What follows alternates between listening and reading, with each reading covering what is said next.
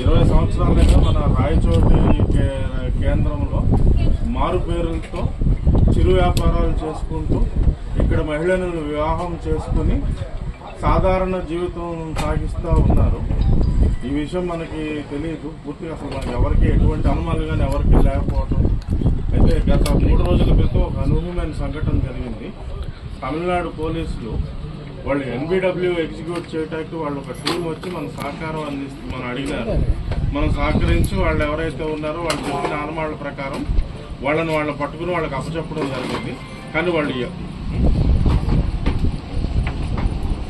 ఎవరు అనేది వాళ్ళ వివరాలు మనకు అప్పుడు వాళ్ళు మనతో పంచుకోలేదు. తర్వాత అంతా పూర్తయి వాళ్ళు తీసుకువెళ్ళిన తర్వాత అంతా ఎవరు వాళ్ళు ఏమిటనేది మనం వివరాలు అడిగిన తర్వాత వాళ్ళు ఈ విధమైన వాళ్ళు ఇంత భయంకరమైన తీవ్రవాదులు అనేది మనకు చెప్పడం జరిగింది. మరి మీరు ముందెందుకు చెప్పలేదంటే ఏమో ఇక్కడ మీరు వాళ్ళని పట్టుకునే క్రమంలో ఏమన్నా శాంతి భద్రతలు విఘాతం కలగొచ్చు, ఏదన్నా జరగొచ్చు అని మీకు ముందు చెప్పలేదన్నారు. తర్వాత అన్నమయ్య ఎస్పీ గారి ఆధ్వర్యంలో రాయచోటి డిఎస్పీ గారు, టౌన్ సిఐ గారు, ఇంకా ఇతర రాయచోట్లో ఉన్న పోలీస్ సిబ్బంది అంతా కూడా ఎవరైతే 2 అనుమానితులు ఉన్నారో వాళ్ళ ఇళ్లకు వెళ్ళి మనం సర్చ్ కండక్ట్ చేయడం జరిగింది. ఆ ఇంట్లో వాళ్ళు ఇక్కడ ఈ స్థానికులను ఎవరినైతే వివాహం చేసుకున్న 2 మహిళలు కూడా ముందు మనకి సర్చ్కి వెళ్ళినప్పుడు పోలీసుల్ని అడ్డుకోవడం జరిగింది.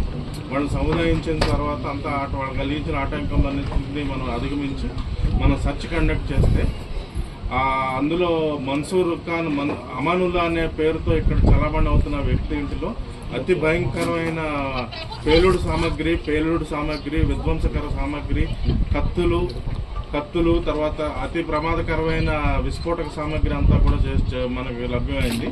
తర్వాత ఇంకో వ్యక్తి మన్సూర్ ఇంట్లో కూడా కొంత సామాగ్రి మనకు లభ్యమైంది.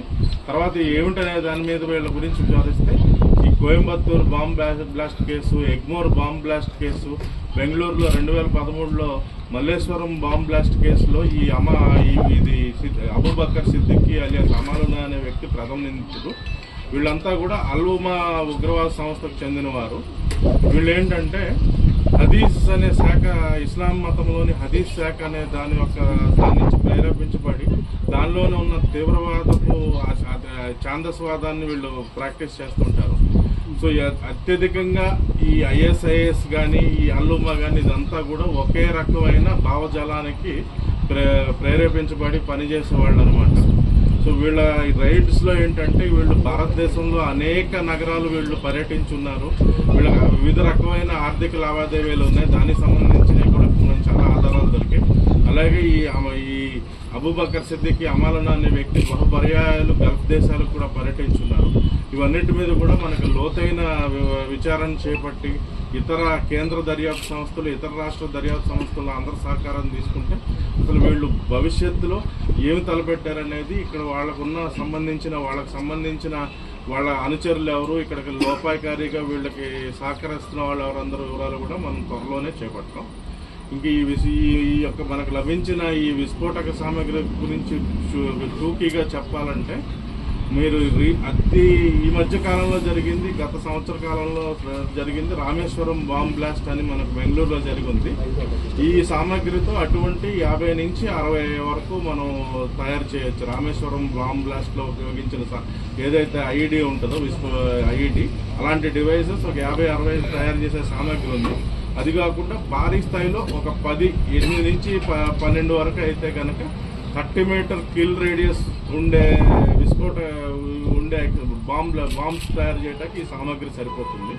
Potassium nitrite, nitroglycerine, potassium chlorate, తర్వాత PET ప్లాస్టిక్ ఎక్స్ప్లోజివ్ ఒక సూట్ కేసులో కూడా మనకు లభ్యమైంది. 20 కేజీలు ఉంది.